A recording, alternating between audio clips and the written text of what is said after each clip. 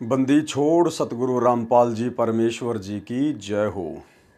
परम पिता परमात्मा सारी सृष्टि के रचनहार कुल मालिक असंख्य ब्रह्मांडों के स्वामी जगत गुरु तीनों लोकों में प्रवेश करके सबका भरण पोषण करने वाले राजाधिराज आत्माधार नाथों के नाथ देवों के देव महादेव सर्वेश्वर महेश्वर मृत्युंजय अजरो अमर आदि अनादि सनातनी प्रभु जगत पिता जगदीश्वर श्री श्री 1008 की उपाधि के वास्तविक अधिकारी अकाल मूर्त शब्द स्वरूपी राम वासुदेव सर्वगतम ब्रह्म परम पूज्य प्रथम पूज्य परम संत परम पुरुष परम धनी परम दयालु सत्य कबीर हक्का कबीर अल्लाहु कबीर अल्लाहु अकबर बाखबर अल्लाह ताला जगत के तारणहार जगत के मुक्तिदाता जगत के जगन्नाथ हारे के सहारे हिंदुओं के राम मुसलमानों के अल्लाह सिखों के वाहिगुरु ईसाइयों के मसीह दया के सागर दयानिधि करुणा के सागर करुणानिधि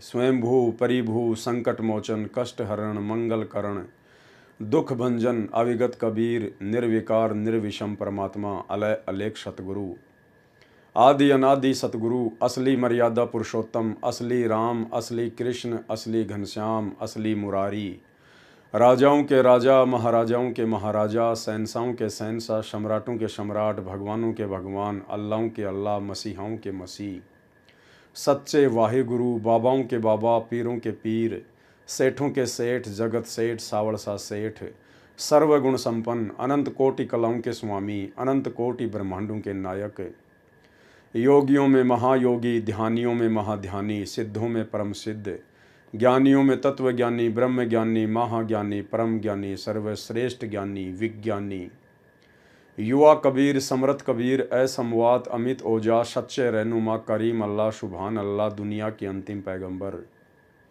8 सितंबर 1951 से गांव धनाना जिला सोनीपत हरियाणा भारतवर्ष की पवित्र भूमि पे प्रकट रियल कल्कि भगवान श्री नारायण साकार हरि श्री बाबा साहेब स्वयंभू संत श्रोमणी सतगुरु रामपाल जी परमेश्वर जी के चरण कमल में साध संगति से देश विदेश से जुड़े हुए हम सभी सत्सेवक भाई बहनों का अनंत कोटि दंडवत प्रणाम। सत्साही भाई और बहनों, बहुत बड़ी मेहर बहुत बड़ी दया सतगुरु रामपाल जी परमेश्वर जी की, जिनके विशेष वीआईपी आशीर्वाद से रजा से कृपा से आप और हम सभी भगत भाई बहन साध संगति से जुड़कर भक्ति मार्ग के गूढ़ रहस्यों से परिचित होते जा रहे हैं और गुरुदेव भगवान को अपना बाप मानकर अपना कबीर भगवान मानकर अपना इष्ट पूज्य देव मानकर उन्हीं के तत्व ज्ञान को आधार बनाकर उनके चरणों में अपनी आस्था को अपनी भक्ति को दृढ़ता की ओर लेकर जा रहे हैं।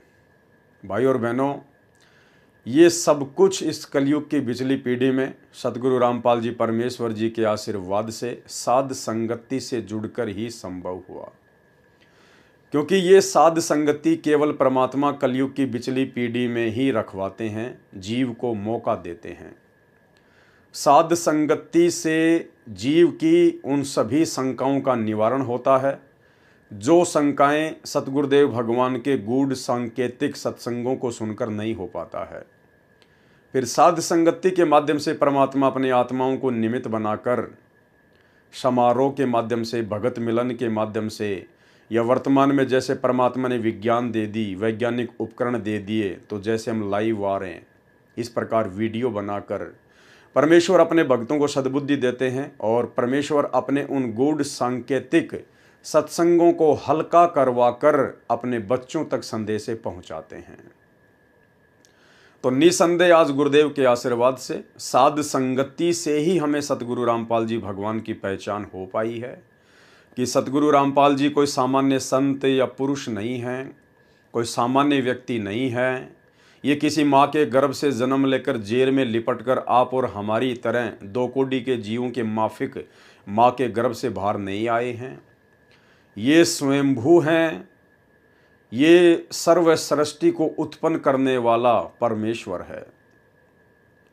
और इन्हें मानुष समझने की गलती यदि इनसे उपदेश लेने के बाद कोई करेगा तो वो व्यक्ति युगों युगों तक कुत्ते की योनि प्राप्त करेगा।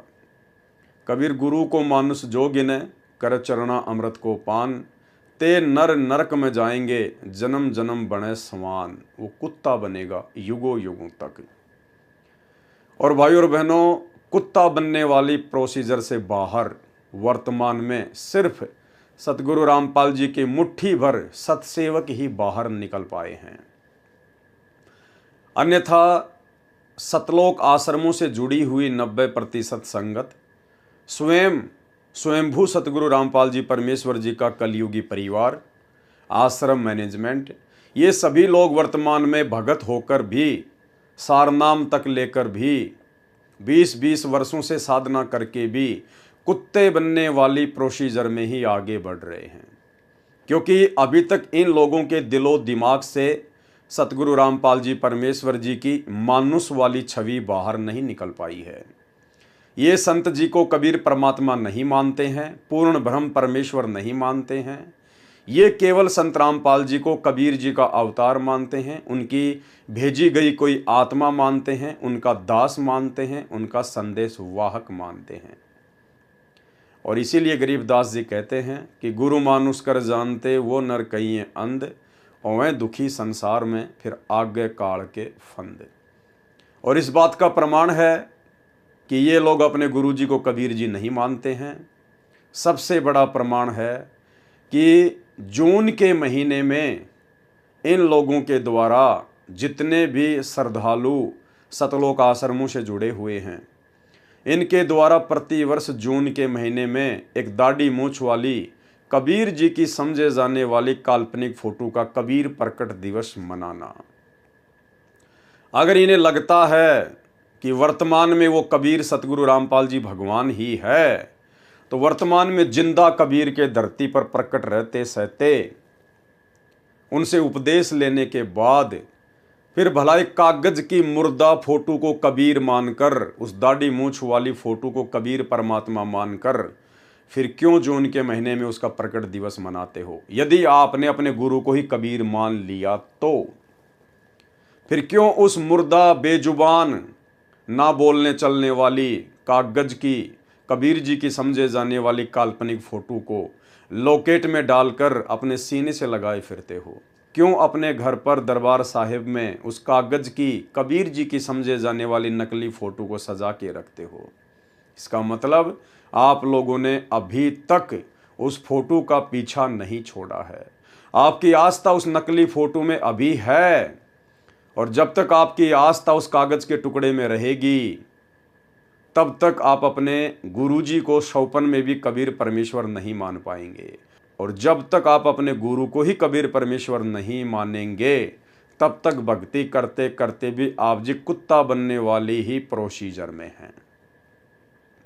तो भाई और बहनों, बहुत बड़ी दया, बहुत बड़ी मेहर गुरुदेव भगवान की, जिन्होंने हमारी इस प्रकार की तमाम झूठी भ्रमणाओं को तोड़ दिया है साध संगति के माध्यम से। और हम जितने भी सत्सेवक भाई बहन हैं, हम अपने गुरुदेव सतगुरु रामपाल जी परमेश्वर जी के अलावा अपने घरों में, अपने दरबार साहिब में अन्य किसी की भी फोटो नहीं रखते हैं।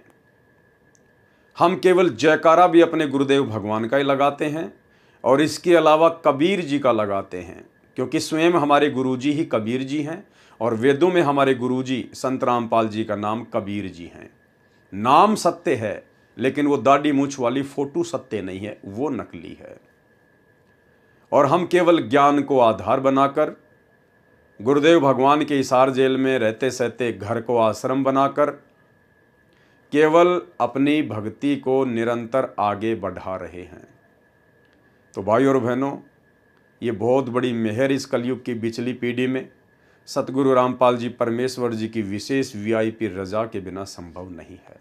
और इस विशेष रजा के लिए हम गुरुदेव का जितना धन्यवाद करें उतना ही थोड़ा है। तो भाई और बहनों, आज सृष्टि रचना के माध्यम से क्रोथा कांड के रहस्यों को समझते हुए हमारा ये 6 नंबर का वीडियो है।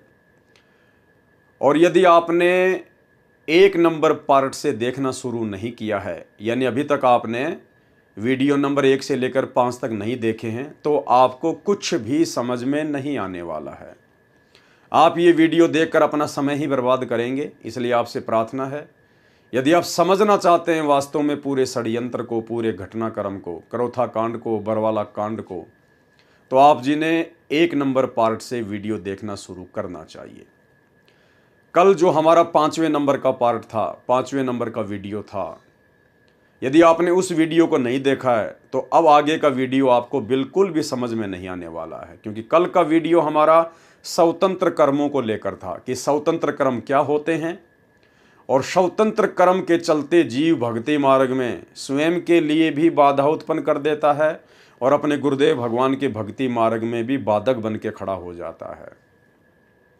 और इसी स्वतंत्र कर्म का नतीजा था 2006 का करोथा कांड और 2014 का बरवाला कांड, और वर्तमान में बरवाला कांड के बाद से 2024 तक जिस प्रकार से संत रामपाल जी परमेश्वर जी की 90% संगत की आध्यात्मिक दृष्टि से दुर्गति की जा रही है, उनके खुद के कलयुगी परिवार के द्वारा, आश्रम मैनेजमेंट के द्वारा, ये सब कुछ उन भक्तों के अपने स्वतंत्र कर्मों का ही नतीजा है। सतगुरु रामपाल जी परमेश्वर जी से उपदेश प्राप्त करने के बाद वे हमें अपने सत्संगों के माध्यम से गारंटी देते हैं कि यदि आप पूर्णतया मर्यादा में रहोगे और मेरे द्वारा दिए गए इन भक्ति मंत्रों का जाप करोगे तो आपके जीवन में कभी भी कोई आपत्ति या कोई संकट नहीं आएगा, काल का कोई भी अटैक आपके ऊपर नहीं होगा। लेकिन भाइयों, सन 2006 में खुद संत रामपाल जी के ऊपर ही आपत्ति आ गई। सन 2014 में खुद संत रामपाल जी के ऊपर ही संकट आ गया। तो हम क्या समझे इस बात से? जो संत दूसरों को गारंटी देता है कि मेरे से उपदेश लेने के बाद और मर्यादा में रहोगे तो आप भक्तों के ऊपर भी कोई आपत्ति नहीं आएगी। हम भगत तो 2 कोटि के प्राणी हैं, 2 कोटि के जीव हैं, मिट्टी के पुतले हैं। लेकिन हमारे गुरुदेव भगवान तो स्वयं परमात्मा हैं, परमेश्वर हैं, अविनाशी हैं। फिर भला इन्होंने कौन सी मर्यादा तोड़ दी होगी जो सन 2006 में बरवाला कांड के माध्यम से उनके ऊपर आपत्ति आई और फिर 2014 में करोथा कांड के माध्यम से आपत्ति आई। भाई और बहनों, हमने इन बातों को समझना पड़ेगा। परमेश्वर जब इस काल के लोक में हम आत्माओं को निकालने के लिए आते हैं तो परमेश्वर का काल के साथ कुछ एग्रीमेंट होता है, और उसी एग्रीमेंट के तहत काल ने परमेश्वर से वचन लिया था कि परमेश्वर आप नीचे जाना, आप जीवों को केवल अपना ज्ञान समझाना, अपने भक्ति विधान के बारे में बताना, समझाना। यदि आपकी बात मान के आपको फॉलो करे, मर्यादा में रहे, केवल उसी आत्मा को आप सतलोक लेकर जाना, अन्य के साथ में जबरदस्ती ना करना। आप किसी भी आत्मा को जबरदस्ती दबाव देकर यहां से ना लेकर जाना। तो परमेश्वर ने कहा कि तथास्तु, ऐसा ही होगा। अब भाई और बहनों, वो क्या गलती थी और किसकी गलती थी जिसके चलते 2006 में करोथा कांड हुआ और 2014 में बरवाला कांड हुआ। 2006 में गुरुदेव को 21 महीने रोहतक की हिसार जेल में बैठना पड़ा और वर्तमान में पिछले 10 वर्षों से हिसार की जेल में बैठे हैं। क्या परमात्मा ने भी कोई मर्यादा तोड़ी है जिस कारण से उनके ऊपर आपत्ति आई है? भाई और बहनों, सृष्टि रचना के माध्यम से हमें ये सारी बातें समझ में आएंगी। उसी के ऊपर लगातार ये वीडियो बनाए जा रहे हैं। परमेश्वर का काल के साथ एग्रीमेंट था और परमेश्वर ने फिर आकर नीचे हमें सारी बातें बताई और परमात्मा ने हमें सावधान करते हुए कहा कि बच्चों, इस काल ने तुम्हें जो मनुष्य जीवन दिया है, जो मनुष्य जन्म दिया है, इसने तुम्हारे संचित कर्मों से 75% पाप और पुण्य निकालकर तुम्हारा ये जीवन निर्धारित किया है। उसके बाद इसने 25% स्वतंत्र कर्म के माध्यम से तुम्हारे को छूट दे दी है। स्वतंत्र कर्मों का सदुपयोग करके तुम अपने कर्म बना सकते हो और 25% उन्हीं स्वतंत्र कर्मों का दुरुपयोग करके तुम अपने जीवन में बाधा भी खड़ी कर सकते हो। और भाई और बहनों, उन्हीं स्वतंत्र कर्मों का दुरुपयोग सतगुरु रामपाल जी परमेश्वर जी के साथ में रहने वाले विशेष सेवादारों ने सन 2006 में किया। और परमात्मा का काल के साथ एग्रीमेंट है कि जब तक हंसा मेरी आना और काल लगे ना तेरा बाणा, कि हे काल, हे ज्योति निरंजन, जब तक मेरे से उपदेश प्राप्त भगत मेरी आन कान में रहेगा, मेरी तमाम मर्यादाओं में रहेगा, तब तक तेरा किसी भी प्रकार का कोई अटैक उनके ऊपर नहीं हो सकता। और अगर मर्यादा ही तोड़ देगा फिर तो कहना ही क्या। तो भाइयों और बहनों, उन सभी आत्माओं ने मर्यादा तोड़ी हुई थी, क्योंकि वो गुरु को परमात्मा नहीं मान पाई थी, गुरुदेव के तत्व ज्ञान को आधार बनाकर भक्ति नहीं कर रही थी, और उन्होंने बात बात पर गुरुदेव को सलाह देना शुरू कर दिया था। और भक्ति मार्ग में अपने गुरुदेव को सलाह देना स्वतंत्र कर्मों का दुरुपयोग है, अपने जीवन का सत्यानाश करना है, जिसके चलते करोथा आश्रम का निर्माण हुआ। और फिर उसी करोथा आश्रम के निर्माण के बाद लगातार सतगुरु रामपाल जी परमेश्वर और उनके भक्तों के ऊपर आपत्तियां आनी शुरू हो गई, क्योंकि वो करोथा आश्रम सतगुरुदेव भगवान को सलाह देकर बनवाया गया था, ना कि सतगुरु रामपाल जी भगवान ने अपनी मर्जी से बनाया था। तो भाइयों और बहनों, इसके अलावा और क्या क्या गलतियां थी, जो गलतियां आज से पहले हमारे खुद के भगत भाई बहनों ने की, जिन गलतियों के कारण वो भी दुखी हुए, परमात्मा से दूर हुए, और सतगुरु रामपाल जी परमेश्वर जी को भी काल के साथ किए गए एग्रीमेंट के अनुसार परेशान होने के लिए बाध्य किया गया। हमने उन्हीं तमाम गलतियों से शिक्षा लेनी है। इतिहास इसीलिए पढ़ाया जाता है, और पढ़ाया जाता है कि इतिहास से शिक्षा लेकर हम अपने भविष्य में कोई गलती ना कर बैठें। करोथा कांड हो चुका है, उसका फैसला भी आ चुका है, सब कुछ क्लियर है, लेकिन हमने इस पूरे घटनाक्रम को अच्छे से देखकर, सोचकर, समझकर शिक्षा लेनी है कि हम निकट भविष्य में इस भक्ति मार्ग में उन भगत भाई बहनों की तरह आगे कोई गलती ना कर बैठें, जिसके चलते हमारे भी जीवन का सत्यानाश हो और हमारे गुरुदेव भगवान की भी दुनिया में बदनामी हो। तो अब हम चलते हैं करोथा कांड का रहस्य नामक पुस्तक के पेज नंबर 43 के ऊपर, और इस पुस्तक के ऊपर आज हमारा ये लास्ट वीडियो है। उसके बाद अगला वीडियो कल रात्रि 9 बजे बरवाला कांड के ऊपर होगा। ठीक इसी प्रकार हम लोग बरवाला कांड को भी समझने का पूरा प्रयास करेंगे, तथ्यों के साथ, प्रमाणों के साथ में। मिथ्या आरोप, यानी जब करोथा कांड हो गया था, गुरुदेव भगवान रोहतक की जेल में चले गए थे, उसके बाद में प्रिंट मीडिया और इलेक्ट्रॉनिक मीडिया के माध्यम से तमाम प्रकार की खबरें निकाली गई, कुछ झूठी तो कुछ सच्ची। क्या थी? मिथ्या आरोप लगाया गया पुस्तक के लेखक के अनुसार सतलोक आश्रम के ऊपर। आश्रम में लिफ्ट थी, सुरंग थी, वह सुरंग में कैमरे लगे हुए थे, प्रवचन स्टेज व एसी गाड़ियां मिली। झूठ छपा, आश्रम में सुरंग और सुरंग में कैमरे। दैनिक भास्कर 15 जुलाई 2006 को पुस्तक के लेखक के अनुसार ये बिल्कुल गलत छपा था। सच क्या छपा था? सुरंग नहीं, सबवे, यानी आश्रम में जिसे सुरंग का नाम दिया जा रहा था, वो सुरंग नहीं बल्कि वो एक अंडरपास था, वो एक सबवे था जो आश्रम के नीचे बनाया गया था, एक रास्ता। सुरंग नहीं, सबवे, जो एक कमरे को दूसरे कमरे से जोड़ने का माध्यम मात्र है। सुरंग के नीचे 10 तो क्या, एक भी कमरा नहीं है। पंजाब केसरी 19 जुलाई 2006 को प्रकाशित हुआ। प्रमाण है, न भूमिगत कमरे न आपत्तिजनक सामग्री, हरी भूमि 19 जुलाई 2006। टिप्पणी, सतलोक आश्रम करोथा लगभग 4-5 एकड़ में बना हुआ है, जहां पर हजारों श्रद्धालुओं के सत्संग सुनने की व्यवस्था है, जो सत्संग के दौरान श्रद्धालुओं से खचाखच भरा रहता है, इसके लिए कि आश्रम में ज्यादा श्रद्धालु बैठ सकें।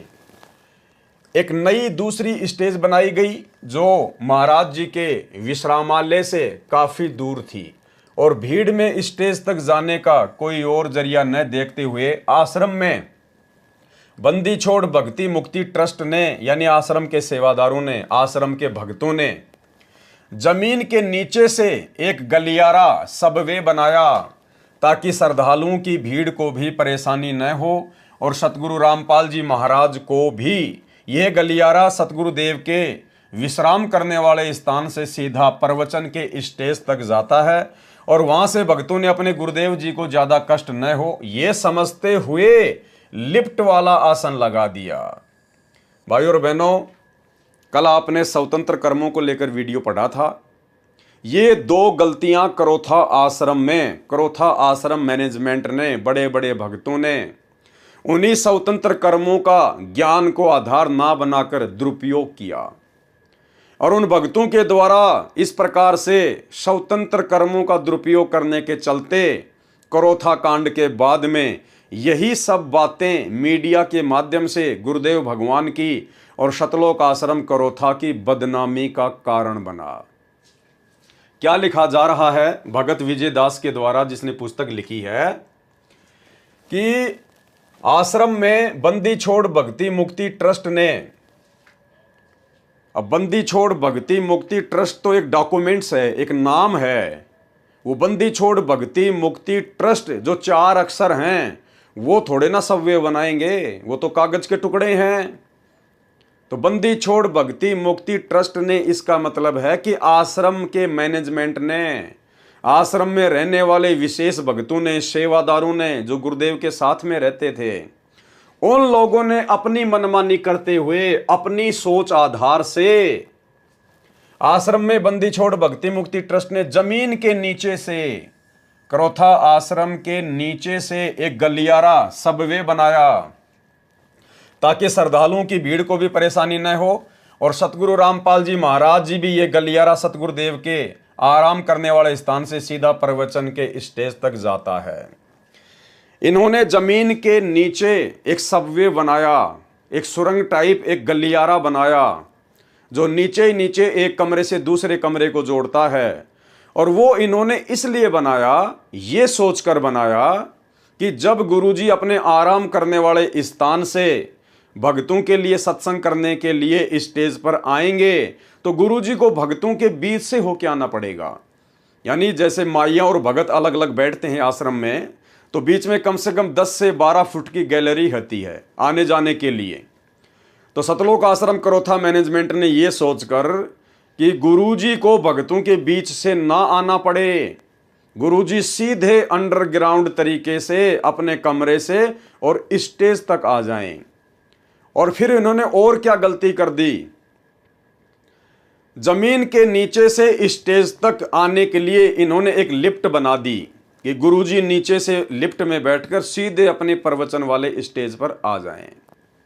भाई और बहनों, इसकी कोई आवश्यकता नहीं थी, कोई आवश्यकता नहीं थी इसकी। ये स्वतंत्र कर्म था, स्वतंत्र कर्म, जिसकी छूट हमें काल भगवान ने दी है कि बेटा स्वतंत्र कर्म का सदुपयोग करेगा तो भक्ति बनेगी, दुरुपयोग करेगा तो भक्ति बिगड़ेगी।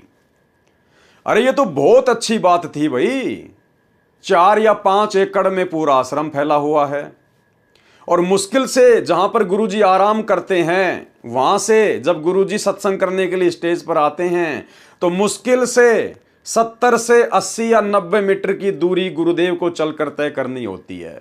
कितनी दूरी तय करनी होती है? लास्ट 100 मीटर की दूरी मान लीजिए आप, जहां पर गुरुदेव के आश्रम करने की जगह है वहां से लेकर प्रवचन करने की जगह मुश्किल से 100 मीटर की। और यदि वो जमीन के नीचे गलियारा नहीं बनाया जाता, सुरंग नहीं बनाई जाती, तो गुरुदेव क्या करते?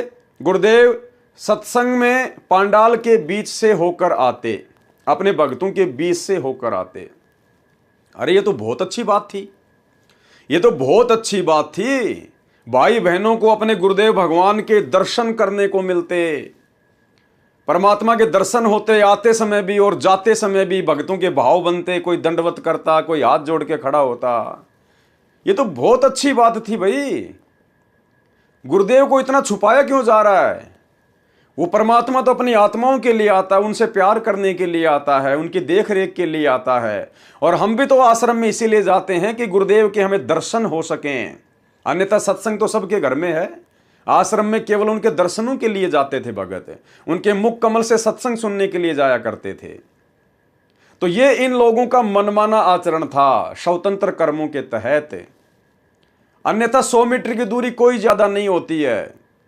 अरे परमात्मा तो गांव गांव जाकर सत्संग किया करते थे भाई, वहां पर तुमने कौन सा जमीन के नीचे सुरंग बना रखी थी कि हमारे गुरुजी को कोई देख ना ले, गुरुजी को कोई बाधा ना हो जाए।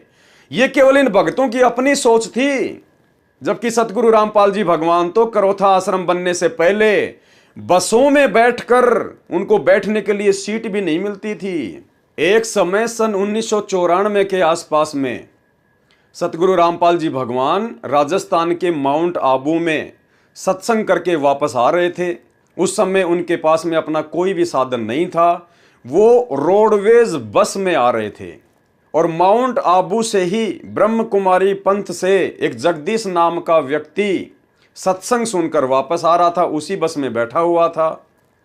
उसने देखा कि सतगुरु रामपाल जी बस का ऊपर का जो सरिया है, जो रेलिंग है, उसको पकड़कर खड़े हुए थे। बस खचाखच भरी हुई थी। परमात्मा ने उस भगत से बातचीत करनी चाहिए। उस भगत ने कहा कि मैं तो माउंट आबू से आ रहा हूं, ब्रह्म कुमारी पंथ से। गुरुदेव भगवान ने कहा कि बेटा उस पंथ में कुछ भी नहीं है, वो काल का पंथ है। अगर वास्तव में तेरे को सत्य ज्ञान चाहिए, मुक्ति चाहिए, तो मैं करोथा आश्रम में रहता हूं, वहां पर आ जाना। कहने का मतलब भाई और बहनों, उसके बाद में उस जगदीश भगत ने नाम दीक्षा ली, वो सात संगति में भी जुड़ा, उसने अपने आप बीती भी बताई। अब आप स्वयं सोचिए, सतगुरु रामपाल जी भगवान तो करोथा आश्रम बनने से पहले बसों में भी खड़े खड़े सत्संग करने के लिए जाया करते थे, गांव गांव जाया करते थे। उस समय सतगुरु रामपाल जी परमेश्वर जी को कोई दिक्कत नहीं थी, कोई आपत्ति नहीं थी। लेकिन जैसे ही सतलोक आश्रम बना, लेकिन जैसे ही सतलोक आश्रम करोथा का निर्माण हुआ, उसके बाद भक्तों ने अपनी तरफ से विशेष व्यवस्थाएं करनी शुरू कर दी, मनमाना आचरण करना शुरू कर दिया। और उन्होंने जमीन के नीचे वो सबवे बना दिया, वो गलियारा बना दिया, लिफ्ट लगा दी। जबकि भाई और बहनों, ज्ञान आधार से इन सब चीजों की कोई आवश्यकता नहीं थी। ये केवल भक्तों के पैसों का दुरुपयोग करना था। और लेखक ने इसी पुस्तक में लिखा हुआ है कि सतलोक आश्रम करोथा के ऊपर 30 लाख रुपए कर्जा था, 30 लाख रुपए। तो भाई जब इस प्रकार से मनमानियां करोगे, अपनी तरफ से आवश्यकता से अधिक व्यवस्थाएं करोगे, तो कर्जाई होगा और क्या होगा। तो भाई और बहनों, ये स्वतंत्र कर्मों का दुरुपयोग था। ये गलियारा बनाने की, ये सबवे बनाने की कोई आवश्यकता नहीं थी सतलोक आश्रम करोथा में। ये भक्तों के अपने स्वतंत्र कर्मों का दुरुपयोग था। और इन्हीं स्वतंत्र कर्मों को आधार बनाकर फिर काल ने संत समाज में, पूरे हरियाणा में, पूरे देश में 2006 में मीडिया के माध्यम से जमकर सतगुरु रामपाल जी परमेश्वर जी की बदनामी करवाई। तो ये होता है स्वतंत्र कर्मों का दुरुपयोग। और ये दुरुपयोग सतलोक आश्रम करोथा में सतलोक आश्रम मैनेजमेंट ने अपने गुरुदेव को मानुष मानकर किया। भाई और बहनों, हमने आगे इन सब चीजों का ध्यान रखना है। अगर परमेश्वर हमें इस प्रकार की कभी सेवा दें, हमारा कोई सौभाग्य जागृत हो, तो भाई और बहनों, हमने अपनी तरफ से एक कदम भी भक्ति मार्ग पर नहीं बढ़ाना है, एक कदम भी। जितना गुरुदेव भगवान ने हमें आदेशित कर दिया, निर्देशित कर दिया, केवल हमने उतना ही कार्य करना है, बाकी अपनी भक्ति। अपनी तरफ से भगत ने कोई दिमाग नहीं लगाना है, कोई डेढ़ शाना नहीं बढ़ना है। ये परमेश्वर का मार्ग है, वो अंतर्यामी है, उसको पता है कि कब क्या करना है, कब क्या नहीं करना है। परमेश्वर को सलाह देना, अपना सत्यानाश करना है। तो ये शिक्षा लेनी है आप और हम सभी भाई बहनों ने, हमारे पुराने भगत भाई बहनों की गलतियों से, कि भक्ति मार्ग में भगत की मनमानी नहीं चलती है। भक्ति मार्ग में यदि परमात्मा भगत को अपने आश्रम में रखता, अपने साथ में रखता है, तो केवल उसके शुभ कर्म बनाने के लिए रखता है। क्योंकि उन आत्माओं के संस्कार बहुत ही कमजोर होते हैं। परमात्मा उनको मौका देता है भक्ति के माध्यम से संस्कारों को मजबूत करने का, और वो आत्मा समझ बैठती हैं कि हम तो कोई विशेष आत्मा हैं, हम तो विशेष भगत हैं, जिस कारण से गुरुजी ने हमें अपने पास में रखा है।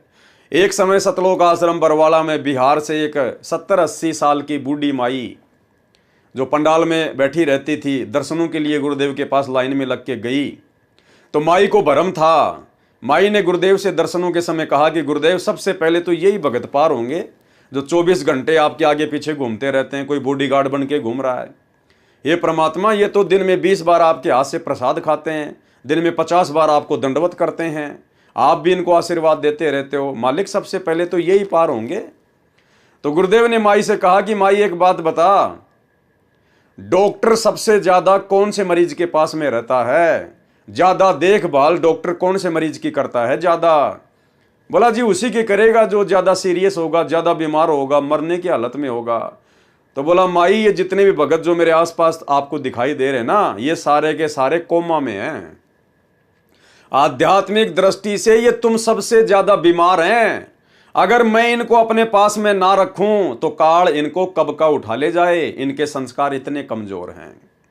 तो भाई और बहनों, हमने केवल अपने भगवान को देखकर और ज्ञान को देखकर ही भक्ति करनी पड़ेगी। भक्तों को देखकर भक्ति नहीं होती है कि ये भगत तो गुरु जी के साथ 24 घंटे रहता है, ये तो गुरु जी की गाड़ी चलाता है, ये तो गुरु जी के कपड़े साफ करता है, मैं इसके साथ रहूंगा तो मुझे लाभ मिलेगा, मुझे ज्ञान हो जाएगा। उल्टा नीचे गिरोगे भक्ति मार्ग में। गुरुदेव ने जो हमें मेडिसिन देनी थी वो दे दी, सत्संग दे दिए, 3 समय की आरती दे दी, जाप करने के लिए मंत्र दे दिए, 5 यज्ञ दे दी। हमने ये खुराक खानी है और अपना रोग कटवाना है। रोगी के साथ में रोगी की चापलूसी करके आप कभी भी स्वस्थ नहीं हो सकते। तो गुरुदेव भगवान के अलावा धरती पर जितने भी प्राणी हैं, रंग से लेकर राजा, ये सब आध्यात्मिक दृष्टि से रोगी हैं। सबको जन्म मरण का रोग लगा हुआ है और दवाई परमात्मा ने सबको समान रूप से दी है। अगर दवा खाएंगे तो रोग कटेगा, एक दूसरे रोगी की चापलूसी करने से कभी रोग नहीं कटता है। तो आप और हम भाई बहनों ने शिक्षा लेते हुए निकट भविष्य में इस प्रकार की गलतियां करने से बचना है। आश्रम में बंदी छोड़ भक्ति मुक्ति ट्रस्ट ने यानी आश्रम के भक्तों ने जमीन के नीचे गलियारा सबवे बनाया ताकि श्रद्धालुओं की भीड़ को भी परेशानी न हो। अरे श्रद्धालुओं को क्या परेशानी थी भाई? श्रद्धालुओं को तो खुशी होती अगर हमारे गुरुदेव भगवान अगर हमारे बीच में से आते प्रवचन करने के लिए, तो हमारी आत्मा तो गदगद हो जाती, दिल गार्डन गार्डन हो जाता। गुरुदेव के साक्षात 10-15 मिनट तक या 2-4 मिनट तक जब तक गुरुदेव आते हुए दिखाई देते, हमें उनके दर्शन होते। कबीरा दर्शन साधु का मुख पर बसे सुहाग, और दर्शन उन्हीं को होत है जिनके पूर्ण भाग। अरे ये तो हमारा परम सौभाग्य होता, उन आत्माओं का परम सौभाग्य जो उस समय थी, जो अपने गुरुदेव के 2 मिनट तक, जब तक वो 100 मीटर की दूरी पार करके आते, सबको आशीर्वाद देते हुए आते, कितना अच्छा लगता, सबकी आत्मा गदगद हो जाती। तो इसमें श्रद्धालुओं को दिक्कत कहाँ होनी थी? इसमें भक्तों को दिक्कत कहाँ होनी थी? जो आप लिख रहे हैं, बोल रहे हैं कि हमने वो नीचे अंडरग्राउंड में वो गलियारा बनाया ताकि भक्तों को दिक्कत ना हो। अरे भगत कौन सा उस गलियारे में जाते थे? कौन सा उस गलियारे का यूज करते थे? और गुरुदेव हमारे बीच में से आते, सत्संग के बीच में से आते, कितना अच्छा लगता, कितने हमारे पुण्य बढ़ते उनके दर्शन करने से। तो भाइयों और बहनों, ये मनमाना आचरण था सतगुरु रामपाल जी परमात्मा का। वो गलियारा बनाने का, वो सुरंग बनाने का कोई आदेश नहीं था। इस परमेश्वर को चलने फिरने में कोई दिक्कत नहीं है। दुनिया बूढ़ी हो सकती है, दुनिया रोगी हो सकती है, दुनिया के हाड़ घोड़े ढीले हो सकते हैं, इस परमेश्वर के नहीं। परमेश्वर ने गोरखनाथ जी से कहा था, जब गोरखनाथ ने परमात्मा की उम्र पूछी तो परमेश्वर जी ने कहा था कि ना मैं बूढ़ा, ना मैं बालक, ना मैं भाट भिखारी, कहे कबीर सुनो रे गोरख, ये है उम्र हमारी, कि मैं तो युवा कबीर हूं, युवा कबीर समर्थ कबीर, ना मैं बच्चा हूं, ना बूढ़ा हूं, ना भाट हूं, ना भिखारी हूं। तो भाइयों और बहनों, सतलोक आश्रम करोथा में जमीन के नीचे वो सुरंग बनाना, वो गलियारा बनाना, सबवे बनाना और सुरंग वगैरह बनाना, ये सब कुछ अपनी तरफ से मनमानियां थी, स्वतंत्र कर्मों का दुरुपयोग था, जो आगे चलकर सतगुरु रामपाल जी भगवान की बदनामी का कारण बना। आश्रम में बंदी छोड़ भक्ति मुक्ति ट्रस्ट ने जमीन के नीचे एक गलियारा सबवे बनाया ताकि श्रद्धालुओं की भीड़ को भी परेशानी न हो, और सतगुरु रामपाल जी महाराज को भी ये गलियारा सतगुरुदेव जी के आराम करने वाले स्थान से प्रवचन करने के स्टेज तक जाता है, और वहां से भक्तों ने अपने गुरुदेव जी को ज्यादा कष्ट न हो ये समझते हुए लिफ्ट वाला आसन लगा दिया। मतलब गुरुदेव भगवान को नीचे अंडरग्राउंड से ऊपर स्टेज तक आने में ये कह रहे हैं कि कोई कष्ट ना हो, कोई संकट ना हो, कोई दुविधा ना हो। अरे अगर भाई साहब आप लोग अगर इतने ही गुरुदेव के प्रति चिंतित हो, तो गुरुदेव उसके बाद 21 महीने रोहतक की जेल में बैठे, आपने कौन सी सुविधा उनको आपने उपलब्ध करवा दी?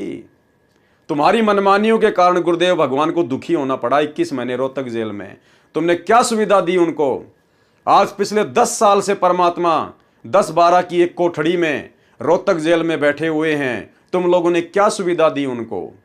तो भाइयों और बहनों, ये सारा का सारा मनमाना आचरण था जो आगे चलकर संत की बदनामी का कारण बना। और साथ में पौड़ी भी बनवा दी। अब बताओ, लिफ्ट भी बनवा दी और पौड़ी भी बनवा दी। भैया कोई बिल्डिंग बना रहे थे क्या? कोई अपार्टमेंट बना रहे थे क्या? जब आपने पौड़ियां बनवा दी, जब आपने सीढ़ियां बना दी, तो फिर सुरंग बनाने की जरूरत क्या थी? मुश्किल से 20 से 25 सीढ़ियां चढ़ के ऊपर आना होता था। अरे वो 20 से 25 सीढ़ियां ऊपर चढ़ के तो सतगुरु रामपाल जी भगवान 2010 से 2014 तक बरवाला आश्रम में भी तो आ रहे थे। अरे बरवाला आश्रम में भी तुमने उसी प्रकार से सब कुछ बनवा रखा है, लेकिन बरवाला आश्रम में ना तो तुमने जो है कोई लिफ्ट बनाई, ना तुमने कोई गलियारा बनाया। तो बरवाला आश्रम में भी तो उसके बाद गुरुजी पौड़ियां चढ़ के आते थे, तो बरवाला आश्रम में भी लिफ्ट लगवा देते गुरुदेव भगवान के लिए। लेकिन बाद में फिर सतगुरु रामपाल जी भगवान ने मना कर दिया कि नालायको, तुम्हारी एक मनमानी के कारण, तुम्हारी 2006 की गलती के कारण समाचार पत्रों में इस कबीर परमात्मा की कितनी बेइज्जती हुई है, कितनी बदनामी हुई है, आगे से ऐसी गलती ना करना।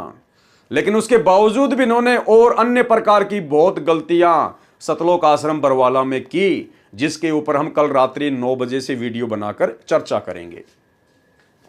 और साथ में पौड़ी भी बनवा दी, सीढ़ियां भी बनवा दी, ताकि एक विकल्प रहे। अगर कभी लिफ्ट खराब हो जाए तो सीढ़ियों से गुरुजी ऊपर चढ़ के चले जाएं। अरे तो दिक्कत तो हो ही गई। मान लीजिए किसी दिन लाइट नहीं आई, तो क्या गुरुजी प्रवचन नहीं करेंगे? उस दिन भी तो गुरुजी को लिफ्ट के बजाय सीढ़ियों से जाना पड़ेगा। तो क्या काम आई तुम्हारी लिफ्ट? तो ये मनमाना आचरण था भाई और बहनों। और परमात्मा के मार्ग में मनमाना आचरण नहीं चलता है। ये कोई सामान्य संत नहीं है, कोई सामान्य कोई काल का पंथ नहीं है। ये पूर्ण ब्रह्म परमात्मा है, सर्व सृष्टि का रचनहार है। और इसको ना समझ पाने के चलते ही जीव इस प्रकार की काल प्रेरणा से गलतियां कर बैठता है, जो गलतियां आगे चलकर जीव के लिए भी घातक होती हैं और सतगुरु के मार्ग में भी बाधा उत्पन्न कर देती हैं। सत्संग करने वाली स्टेज पर तीनों तरफ शीशे लगा रखे हैं, ताकि महाराज जी श्रद्धालुओं को तीनों तरफ से नजर आएं।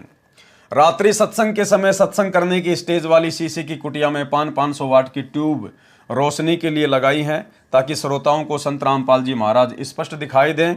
जिस कारण कुटिया में गर्मी अत्यधिक हो जाती है, इसलिए उसमें एसी का लगना भी अति आवश्यक है। इसमें कोई दिक्कत नहीं है। अच्छी रोशनी करना और गुरुदेव भगवान आराम से सत्संग करें, उसके लिए एसी लगाना, ये नॉर्मल बात है। इसमें कोई बड़ी बात नहीं है, बहुत अच्छा काम है। लेकिन वो लिफ्ट बनाना खाली 20-30 सीढ़ियों के लिए और खाली 100 मीटर की दूरी मुश्किल से तय करने के लिए सुरंग बना देना, यह समझदारी नहीं थी। इसलिए उसमें एसी का लगना भी अति आवश्यक है। वास्तविकता तो यह है, अब आप स्वयं विचार करें कि इसमें ऐसी कौन सी चीज है जो पुलिस नहीं जानती। आगे चलिए भाई और बहनों, फिर क्या न्यूज छपी? मिथ्या आरोप। ये संत है 400 कैंटर का मालिक। अखबारों में उसके बाद में न्यूज आई कि संत रामपाल जी 400 ट्रकों का मालिक है। कैंटर यानी बड़े बड़े जो ट्रक आते हैं, जो मालगाड़ी जैसे ट्रोले, कि संत रामपाल जी के पास में 400 कैंटर हैं, इनका ट्रांसपोर्ट का काम है। अब वो क्या था ट्रांसपोर्ट का काम, क्या थे वो कैंटर, किसके वो कैंटर थे, ये यहां पर लिखा गया है। मिथ्या आरोप, ये संत है 400 कैंटर का मालिक। झूठ छपा, क्या छपा झूठ? नया खुलासा, पूना में है ट्रांसपोर्ट का कारोबार। दैनिक भास्कर 17 जुलाई 2006 में टिप्पणी की है लेखक ने। यह खबर भी बिल्कुल गलत व झूठी है। संत रामपाल जी महाराज का ट्रांसपोर्ट तो क्या किसी भी प्रकार का कोई कारोबार नहीं है, जिसकी जांच पुलिस प्रशासन ने भी अच्छी तरह से कर ली है और आगे भी कभी भी कर सकती है। लेकिन कम से कम बिना जांच किए ही ऐसी निराधार खबर तो नहीं छापनी चाहिए। इसमें चाहे प्रशासन हो या मीडिया, ये सब उनके कर्तव्य के अनुरूप तो नहीं है और ऐसे जनता के साथ खिलवाड़ हो रहा है। अब क्या लिख रहा है लेखक? पूना में, यानी महाराष्ट्र शहर के पूना में सतगुरु रामपाल जी महाराज का एक शिष्य है, जिसका ट्रांसपोर्ट का कारोबार है। अब यदि शिष्य की ट्रांसपोर्ट को ही संत जी की ट्रांसपोर्ट बोलते हैं, फिर तो ऐसे भगत भी हैं जिनकी एक छोटी सी दुकान ही थी और उस दुकान को ही शरारती तत्वों ने 11-12 जुलाई 2006 को आग लगाकर जला दी। अच्छा हुआ कि यह खबर नहीं आई कि जो दुकान जली है, हो सकता है उसमें संत रामपाल जी का हिस्सा हो। भाई और बहनों, असल में मामला क्या है?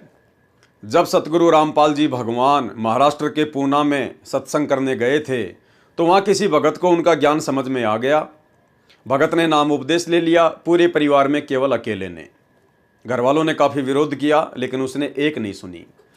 उस भगत का एक ट्रक था, एक गाड़ी चलती थी ट्रांसपोर्ट में, और जैसे ही नाम लिया कुछ दिनों बाद में उसकी गाड़ी का एक्सीडेंट हो गया। गाड़ी का इंश्योरेंस भी नहीं था, वो काफ़ी मुसीबतों में आ गया। घर वालों ने कहा कि अरे भाई, तूने क्या नाम दीक्षा ले ली, तेरा तो सारा कारोबार ही बंद हो गया।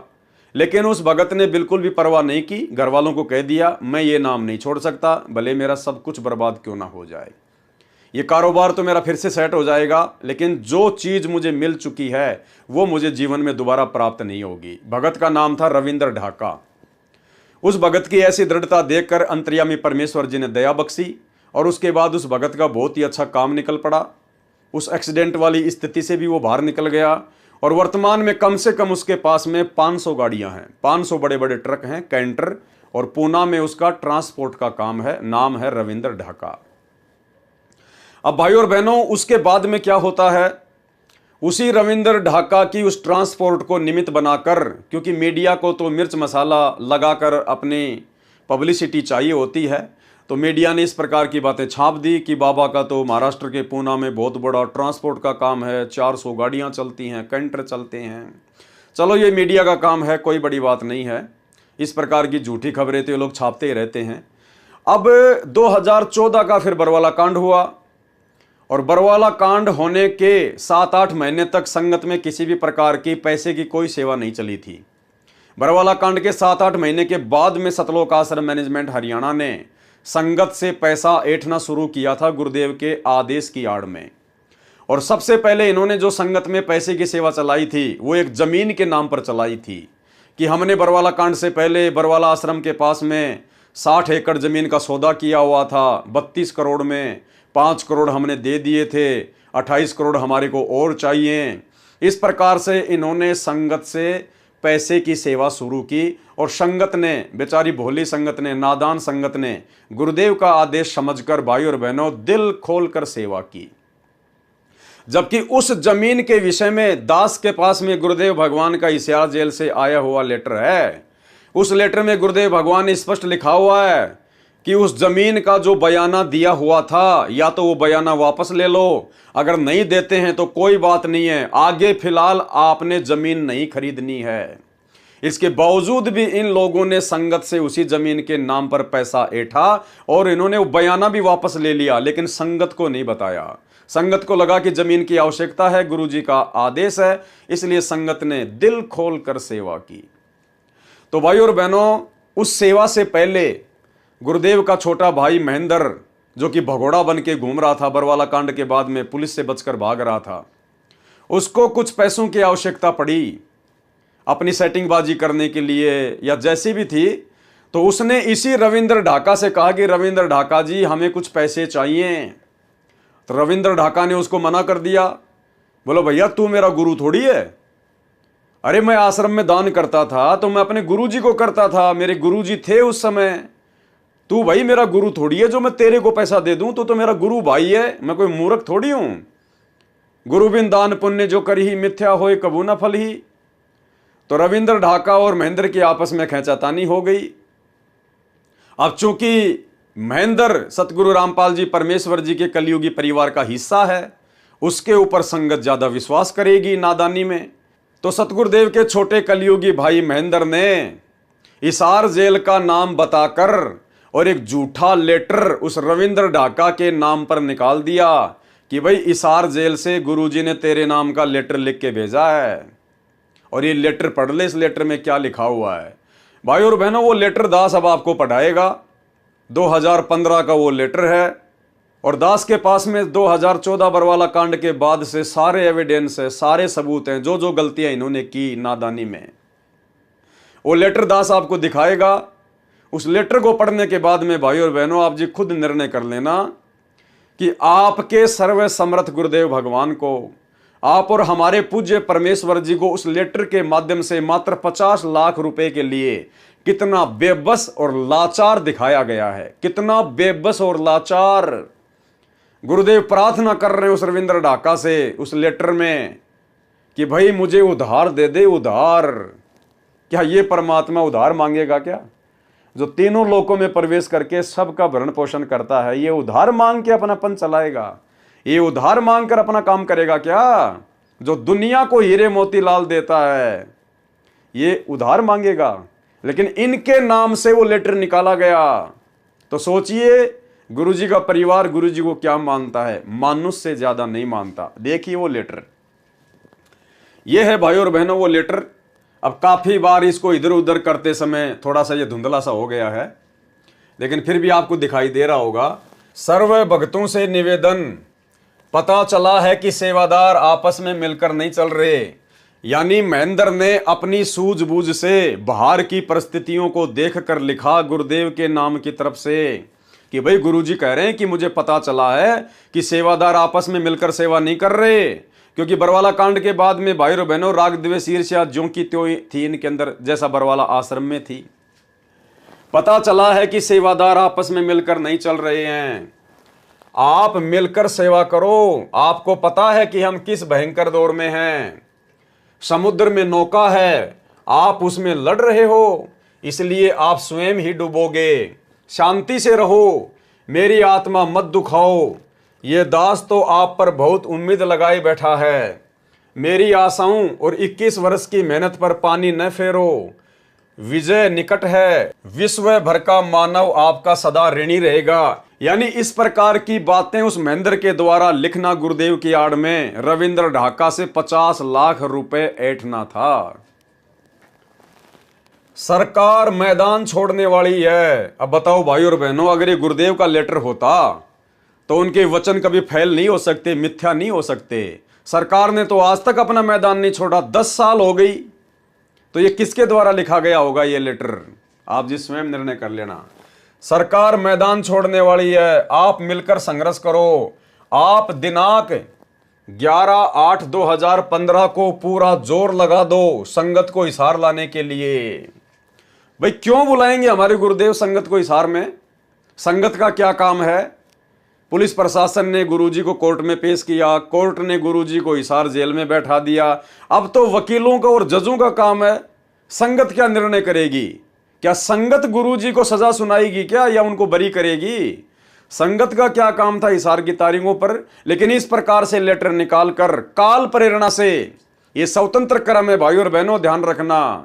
ये स्वतंत्र कर्मों के तहत सब कुछ काल प्रेरणा से हो रहा था। संगत का भला हिसार में क्या काम? कोई काम नहीं था। लेकिन देखो गुरुदेव का आदेश बताकर किस प्रकार से षड्यंत्र रचा गया। पूरा जोर लगा दो संगत को हिसार लाने के लिए, चाहे मेरी वीसी से पेशी क्यों ना हो। आप फटियों पर निमन वाक्य लिखना, यानी हाथ में बोर्ड लगा लगा के, और क्या लिख के लेके आना है? संत रामपाल दास व अनुयायियों पर झूठे मुकदमे बनाए हैं। अब भाई हम अपने गुरुजी के नाम के आगे दास कैसे लगा सकते हैं? हम अपने गुरुजी के नाम के आगे अपने हाथ से संत रामपाल दास कैसे लिख सकते हैं? ये विचार करने की बात है। संत रामपाल दास व अनुयायियों पर झूठे मुकदमे बनाए हैं।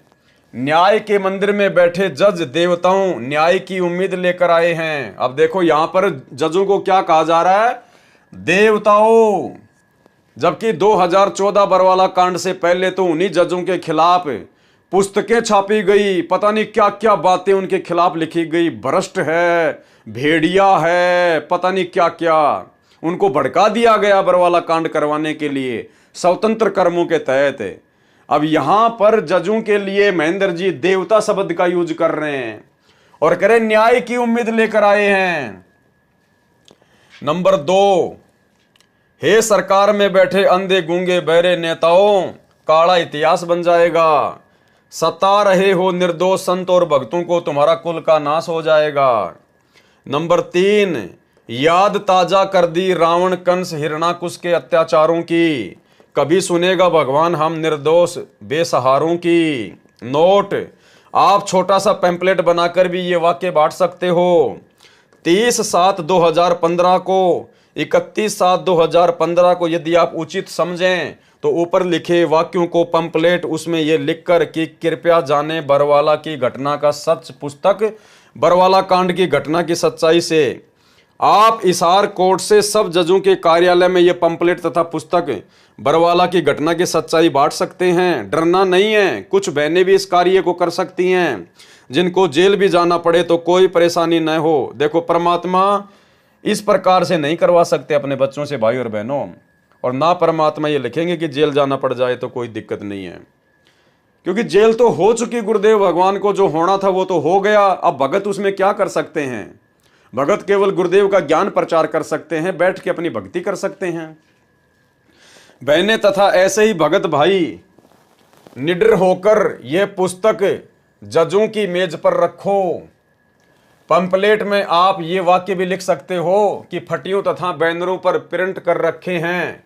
पुस्तक बरवाला की घटना की सच्चाई जो पहले छपा रखी है वह भी चलेगी, तथा बाद में भविष्यवाणियां लिखने को कहा था वह भी चलेगी। भिवानी वाले भक्तों से कहो कि वे आपसी खींचातानी करके कर्म खराब न करें।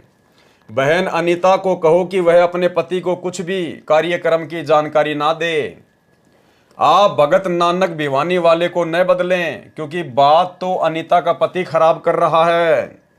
उनको अपने कार्यक्रम की जानकारी ना दें। यदि आप समझें कि कोऑर्डिनेटर बदलना अनिवार्य है तो बदल दें। यानी सब कुछ गुरुजी के नाम की आड़ में महेंद्र कर रहा था। सब कुछ, किसको बदलना है, किसको चेंज करना है, संगत में आपस में कौन राग द्वेष कर रहा है, किसको हटाना है, किसको लगाना है। जो हाई कोर्ट चंडीगढ़ में अर्जी लगानी है मुकदमा नंबर 429, 430 वापस तथा 428 की धारा तुड़वाने की, वे 1/8/2015 से पहले डालकर प्रोसीडिंग स्टे प्राप्त करें। भगत सतदेव से पूछकर वकील RS हुड्डा की हिसार केसों की फीस केवल मेरे वकालतनामे की ही दें। अब देखिए, आ गया भगत रविंद्र का नाम यहां पर भाई और बहनों। उसी रविंद्र ढाका का नाम आ गया जिसके 500 कैंटर चलते हैं। अब गुरुदेव की तरफ से उस महेंद्र ने क्या लिखा है, आप जी खुद विचार कर लेना ज्ञान आधार से। क्या हमारे गुरुदेव भगवान इस प्रकार से अपनी लाचारी जाहिर करेंगे?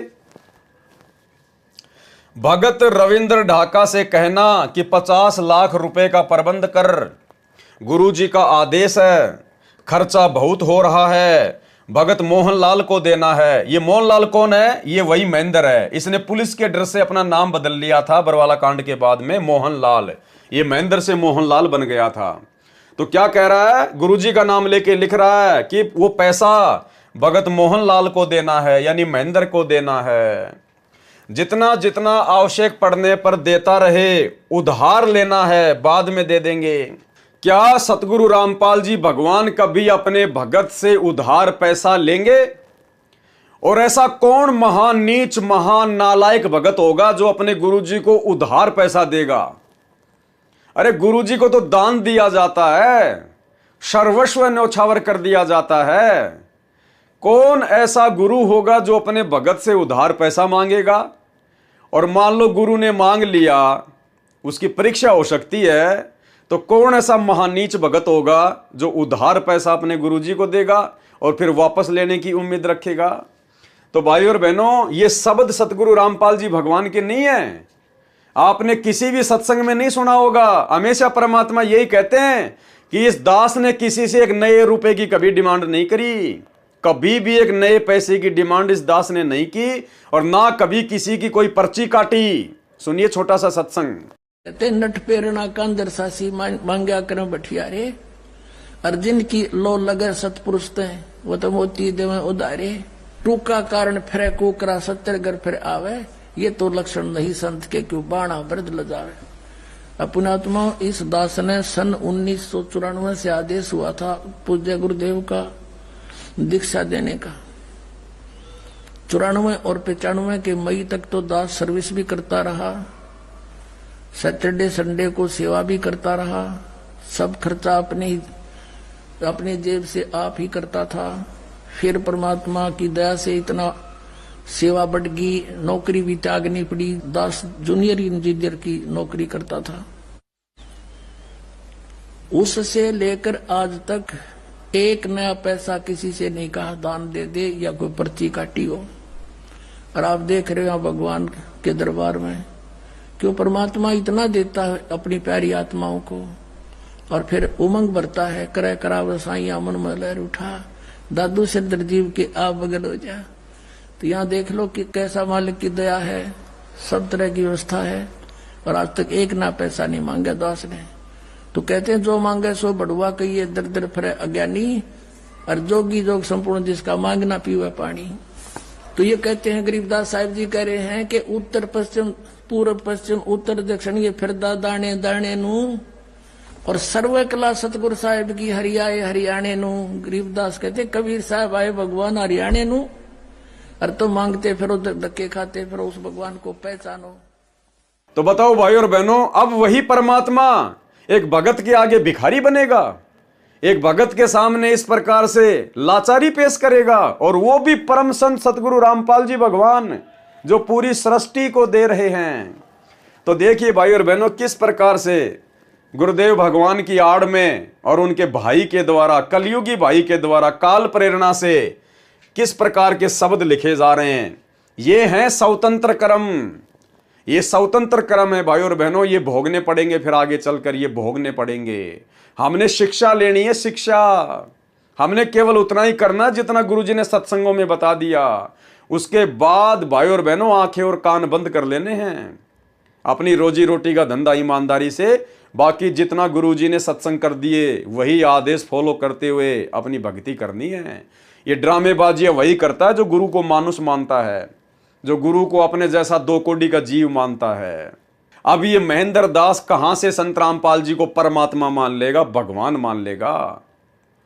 अरे भैया, भाई भाई आपस में एक ही परिवार में रहते हैं, बचपन में भी रहते हैं, जवानी में भी रहते हैं, और छोटी छोटी बातों को लेकर, कभी जमीन को लेकर, कभी घर की औरतों को लेकर, छोटी छोटी बातों को लेकर कांसुनी भी हो जाती है, खेचातानी भी हो जाती है।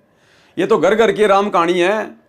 तो आगे चलकर वो महेंद्र कैसे संत रामपाल जी को परमात्मा मान लेगा, कबीर जी मान लेगा, कभी शौपन में नहीं मान सकता। तो गुरु को मानुष मानने के चलते स्वतंत्र कर्मों का दुरुपयोग करते हुए यहां पर इस प्रकार की बातें लिखी जा रही हैं।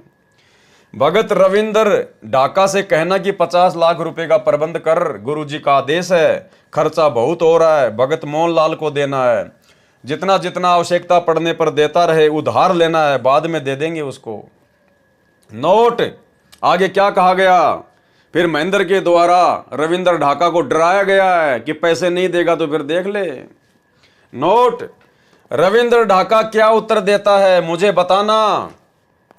कोर्ट में पुस्तक बरवाला कांड की घटना बांटने के लिए सीमा जयपुर, रानी पानीपत और जो भी बहनें आश्रम में रहती थी वे सेवा कर सकती हैं। गुरुजी कभी भी अपनी शिष्या के लिए बहन शब्द का यूज नहीं करेंगे। गुरुजी बहने शब्द का यूज नहीं करेंगे, क्योंकि उन लड़कियों की उम्र 2014 बरवाला कांड के समय मात्र 20 या 25 साल की थी। तो गुरुजी उनके लिए बहने शब्द का प्रयोग नहीं करेंगे, बेटी शब्द का प्रयोग कर सकते हैं, बेटी शब्द का। तो भाई और बहनों, ये महेंद्र के द्वारा लिखा गया है सतगुरु रामपाल जी भगवान की आड़ में। रोहतक कोर्ट में भी बांट सकते हैं। संत रामपाल दास 25/7/2015 को ये लेटर निकाला गया। तो आपकी आंखों के सामने है भाई और बहनों। अब आगे चलते हैं पेज नंबर 50 के ऊपर। और क्या झूठे आरोप लगाए गए मीडिया के द्वारा, जो लेखक ने लिखा है। मिथ्या आरोप। संत रामपाल जी खुद को कभी हनुमान का अवतार बताते थे तो कभी कबीर का, खुद को जगत गुरु और भगवान बताते थे। तो लेखक जो भगत है वो क्या लिख रहा है, टिप्पणी। संत रामपाल जी के सत्संग की सैकड़ों वीडियो सीडी, ऑडियो कैसेट व ऑडियो सीडी बनी हुई हैं और भगत समाज में वितरित हो चुकी हैं, और 5-6 पुस्तकें भी छपी हुई हैं, वो भी भगत समाज में वितरित हो चुकी हैं। कोई भी व्यक्ति महाराज जी के मुख से कहा हुआ कि मैं भगवान हूँ, मैं जगत गुरु हूँ, या मैं स्वयंभू हूँ, या मैं कबीर साहिब का अवतार हूँ, या हनुमान का अवतार हूँ आदि प्रमाणित करे और समाज के सामने लाए तो जाने। अरे मेरे भाई, इतनी बड़ी बात लिखने की जरूरत क्या थी। सीधा सीधा कह देते भाई ठीक है, हनुमान जी के अवतार तो उन्होंने कभी नहीं कहा, बाकी भैया वो जगत गुरु हैं, वो स्वयंभू परमात्मा हैं, वो कबीर साहिब हैं, इसमें कोई संशय नहीं है, कोई मिलावट नहीं है। भले तुम ना मानो, लेकिन वो खुद भगवान है, परमात्मा है, स्वयंभू है तो हैं। इसने बोलना चाहिए था। लेकिन कह रहा नहीं, आप किसी भी पुस्तक में दिखा दो संत रामपाल जी ने कभी भी अपने आप को ये नहीं कहा, वो नहीं कहा। अरे भैया, वो कैसे कहेंगे? वो तो अपने आप को छुपाते हुए ये ज्ञान प्रचार कर रहे हैं। अगर सन 1994 में संत रामपाल जी कहने लग जाते कि मैं कबीर हूं, तो तुम भी नहीं मानते। जो आज तुम ये पुस्तक लिख रहे हो ना उनकी शरण में आके, तुम भी इस बात पे यकीन नहीं करते और उनके प्रवचन तक नहीं सुनते कि बड़ा घमंडी आदमी है, खुद को कबीर जी कहता है। तो भाई और बहनों, परमात्मा ने स्वयं कबीर होते हुए भी अपने आप को कबीर का दास बताकर आप और हम आत्माओं तक अपना ज्ञान पहुंचाने के लिए उन्होंने लीला की, भूमिका की। तो भाई इसमें डरने की क्या आवश्यकता थी? साफ साफ कहते थे भैया हमारे गुरुजी भगवान है, परमात्मा है, इसमें क्या दिक्कत है? प्रमाणित करें और समाज के सामने लाएं तो जाने। महाराज जी अपने आप को जगत गुरु, मैं भगवान हूं आदि न बताकर अपने आप को कबीर साहब का कुत्ता बताने का तो अनेकों जगह प्रमाण है। अरे ये लिखने की क्या आवश्यकता थी भाई? लेकिन जैसे आरोप लगाए गए हैं ऐसा प्रमाण तो एक भी जगह नहीं मिलता। जगत गुरु का जो प्रकरण है वह महाराज जी स्वयं नहीं लिखते, अपितु उनके शिष्य अनुयायी अपने गुरुदेव के ज्ञान को देखते हुए जगत गुरु कहते हैं और कहते रहेंगे। वे इन्हें कौन? भगत, वे इन्हें स्वयं कबीर साहिब आया हुआ मानते हैं और मानते रहेंगे। देखो भाई और बहनों, ये होता है केवल जुबान से कहना। 2006 करोथा कांड के बाद में आश्रम मैनेजमेंट लिख रहा है कि हम उनके भगत संत रामपाल जी को स्वयं कबीर साहिब आया हुआ मानते हैं और मानते रहेंगे। वे इन्हें स्वयं कबीर साहिब आया हुआ मानते हैं और मानते रहेंगे। लेकिन कहां माना तुम लोगों ने? अरे कहां माना? करनी तज कथनी कथ है, अज्ञानी दिन रात, कुत्ते जूं भौंकत फिरे, सुनी सुनाई बात है। अगर तुम भक्तों ने सतगुरु रामपाल जी को कबीर साहिब मान लिया होता तो तुम तो आज 2024 में भी मेरे भाई, अभी थोड़े दिन पहले जून के महीने में तुमने उस दाढ़ी मूंछ वाली कबीर जी की समझे जाने वाली नकली बनावटी कागज की फोटो का प्रकट दिवस मनाया है। तुम तो आज भी उस मुर्दा फोटो को कबीर साहिब मान रहे हो, ना कि जिंदा सतगुरु रामपाल जी भगवान को। तो लिखने को तो भाई कोई कुछ भी लिख दे। ये जितने भी नकली साधु संत महात्माओं के चेले हैं ये भी अपने गुरुजियों को भगवान ही मानते हैं, सतगुरुदेव भगवान, पता नहीं क्या क्या बोलते हैं। लेकिन वो कभी भी अपने गुरुजी को भगवान नहीं मानते और ना उनके गुरुजी भगवान हैं। लेकिन यहाँ तो सतगुरु रामपाल जी स्वयं कबीर साहिब हैं, इसमें कोई मीन मेख नहीं है। लेकिन यहाँ जिस प्रकार से इस भगत के द्वारा कहा जा रहा है, ये भगत आज भी अपने गुरुजी को कबीर साहिब नहीं मानता। खैर वर्तमान में तो ये पागल है, मेंटल हो चुका है, रोहतक से इसका इलाज चल रहा है मेंटल हॉस्पिटल में। लेकिन और जितने भी सतलोक आश्रम मैनेजमेंट हरियाणा वाले हैं वर्तमान में, गुरुदेव का कलयुगी परिवार, आज भी उनको कबीर साहिब नहीं मानता। जैसा कि यहां उन्होंने लिखा है कि हम तो संत रामपाल जी को कबीर साहिब मानते हैं और मानते रहेंगे। ना तो तुम मानते थे, ना वर्तमान में मानते हो, और कोई उम्मीद नहीं है कि तुम आगे उनको कबीर साहिब मान लोगे। अगर मान लेते तो फिर वो कागज के टुकड़े कबीर जी की समझे जाने वाली दाढ़ी मूंछ वाली फोटो को अपने घर में नहीं रखते और ना तुम जून के महीने में उसका कबीर प्रकट दिवस मनाते। वे इन्हें स्वयं कबीर साहिब आया हुआ मानते हैं और मानते रहेंगे। अब देखना इनके अज्ञान का नमूना भाई और बहनों आगे। जो आध्यात्मिकता के मार्ग में न्याय संगत है, बिल्कुल ये बात तो सही है, आध्यात्मिक क्षेत्र में न्याय संगत है कि अपने गुरु को ही परमात्मा मानना होता है, तभी भक्ति सफल होती है। लेकिन तुमने कहां माना? जो आध्यात्मिकता के मार्ग में न्याय संगत है, क्योंकि कबीर साहिब कहते हैं कि कबीर गुरु गोविंद दो खड़े काके लागू पाए, बलिहारी गुरु आपने जिन गोविंद दिया मिलाए, मम संत मुझे जान मेरा ही स्वरूपम, कबीर गुरु गोविंद कर जानियो रहियो शब्द समाए, मिले तो दंडवत बंदगी नहीं पल पल ध्यान लगाए। अब देखो भाई और बहनों, कितनी बड़ी गलती, कितनी बड़ी बेवकूफी की है। परमात्मा की वाणियों का हवाला दे रहे हैं और अर्थ क्या कर रहे हैं? अर्थ का अनर्थ कर रहे हैं। अर्थात यदि भगवान व गुरु दोनों साथ खड़े हों तो पहले प्रणाम गुरुदेव को करना है, बाद में भगवान को प्रणाम करना है। तो तुमने तो दोनों को बराबर ही महत्व दे दिया। अरे तुमने तो दोनों को प्रणाम कर दिया। एक तरफ तो गुरु खड़ा है, एक तरफ भगवान खड़ा है। इसका मतलब गुरु तो इन्होंने अलग मान लिया और भगवान अलग मान लिया। और कह रहा पहले तो गुरु जी को प्रणाम करेंगे और उसके बाद में फिर भगवान को प्रणाम करेंगे। तो फिर गुरु जी का महत्व क्या रह गया मेरे भाई? अरे गुरु का महत्व क्या रह गया फिर? अरे कोई स्त्री है और वो कहे कि एक तरफ तो मेरा देवर खड़ा है और एक तरफ जो है मेरा वो पति खड़ा है, तो पहले तो मैं रात्रि में अपने पति के साथ में विश्राम करूंगी और उसके बाद में अपने देवर के साथ में विश्राम करूंगी। तो वो तो घटिया औरत है, वो पतिव्रता कहां से हो गई फिर? उसके तो दो दो पति हो गए। तो इसी प्रकार कह रहा है कि पहले तो, अर्थात यदि भगवान व गुरु दोनों खड़े हों तो पहले प्रणाम गुरुदेव को करना है, बाद में भगवान को प्रणाम करना है। ये बात स्वयं भगवान कहते हैं, न कि कोई गुरु अपने पास से। और फिर हवाला क्या दे रहा है कि ये बात खुद भगवान कह रहे हैं। अरे कब कहा भगवान ने कि गुरु के बाद में मेरे को प्रणाम करना है? एक छोटा सा सत्संग सुनाते हैं आपको सतगुरु रामपाल जी परमेश्वर जी का, आपको आइडिया हो जाएगा इन भक्तों को कितना तत्व ज्ञान है और कितना इन्होंने अच्छे से सत्संग सुने हैं। सतगुरु रामपाल जी भगवान ने बताया कि जब तुम त्रिकुटी पर जाओगे ये शरीर छोड़कर, उस समय तुम्हारी परीक्षा होगी। और मान लो त्रिकुटी पर ये दास भी खड़ा है और दूसरी तरफ वो कबीर भगवान आके खड़ा हो जाए, जिसको हम लोग नादानी में वर्तमान में कबीर भगवान मान रहे हैं, दाढ़ी मूंछ वाले को। तो गुरुदेव कह रहे कि एक तरफ तो ये दास खड़ा है और एक तरफ वो कबीर भगवान अपने ओरिजिनल रूप में आके खड़ा हो गया, दाढ़ी मूंछ वाले रूप में।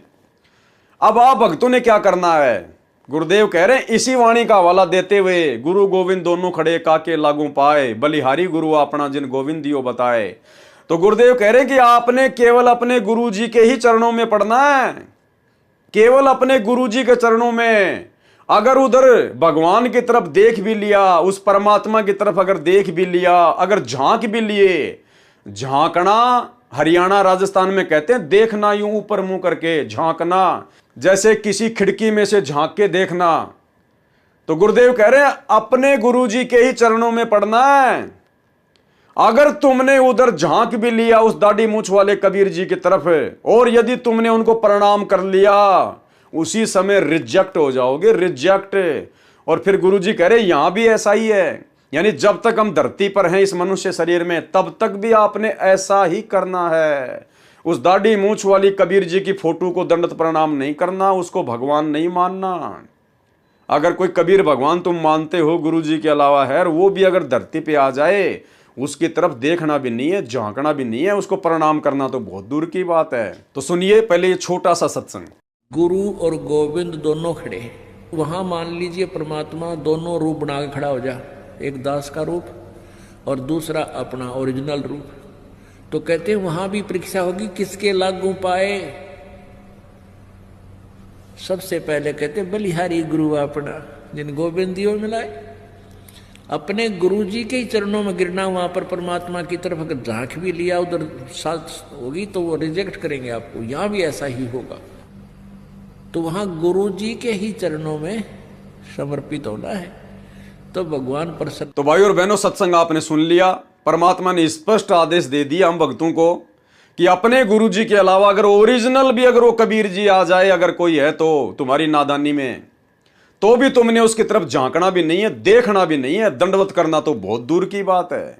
अरे इसीलिए तो हम सत्सेवकों ने सतगुरु प्रेरणा से ज्ञान को आधार बनाकर उस फोटो को ही अपने घर से निकाल दिया। सब ने अपने अपने लॉकेट से उस फोटो को ही निकाल दिया, दाढ़ी मूंछ वाली कबीर जी वाली फोटो को। अपने घरों में जितनी भी फोटोएं थी वो फाड़ फाड़ के फेंक दी, आग के हवाले कर दी। दरबार साहिब में जितनी भी फोटोएं थी अपने गुरु जी के अलावा सारी फोटोएं फाड़ के फेंक दी। हमने तो सोशल मीडिया पर फाड़ फाड़ के हजारों वीडियो बनाए भाई, हजारों वीडियो। हमारे ऊपर तो उसको लेकर मुकदमे भी हुए हैं। तो नाम बता रहा है कि यह बात स्वयं भगवान कह रहे हैं कि पहले तो अपने गुरु जी को प्रणाम करना, उसके बाद में फिर भगवान को प्रणाम करना। अब बताओ, इन्होंने तो ज्ञान का गोबर कर दिया। अब भाई और बहनों, अगर इनकी बातों को अगर महत्व दिया जाए, अगर इस भगत की बात को सत्य मान लिया जाए, तो हम तो त्रिकुटी पर फेल हो जाएंगे। क्योंकि गुरु जी तो मना कर रहे हैं कि अपने गुरु जी के अलावा उस कबीर भगवान को भी प्रणाम नहीं करना, और ये भगत कह रहा है कि आपने अपने गुरु जी के बाद में फिर उस कबीर जी को भी प्रणाम करना है, तो हम तो मार खा जाएंगे। तो ये है स्वतंत्र कर्म। ये पुस्तक लिखना इस भगत का स्वतंत्र कर्म है, कोई गुरु जी का आदेश नहीं। गुरु जी को सलाह दी गई होगी रोहतक जेल में जब मिलने जाया करते होंगे तो गुरुजी को सलाह दी गई होगी, जो सलाह उन्होंने करोथा आश्रम के समय दी थी करोथा आश्रम बनाने के लिए, ऐसे इन्होंने गुरुजी को सलाह दी, उनसे प्रार्थना की गई होगी कि हम एक पुस्तक लिखना चाहते हैं।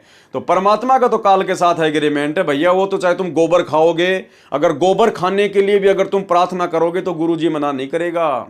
गुरुजी ये कहेगा बहुत अच्छी बात है यार, गोबर तो बहुत मीठा होता होगा, खा ले, गुरुजी मना नहीं करेंगे। गुरुजी ने ज्ञान दे दिया, अब आपने जो करना है वो करो, आपके कर्म आपके साथ में।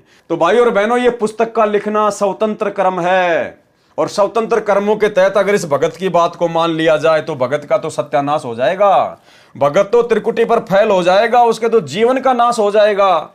तो देखो काल ने कितनी बड़ी गलती यहां करवा दी इस पुस्तक के माध्यम से। तो भाई और बहनों, हमने केवल अपने गुरुदेव के सत्संगों की माननी है।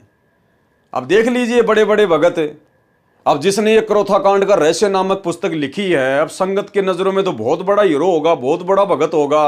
अब ये भगत तो संगत की ऐसी तैसी कर देगा, अगर इसकी बात को अगर महत्व दे दिया जाए तो ये तो मरवा देगा भक्तों को, काल के हत्थे चढ़वा देगा।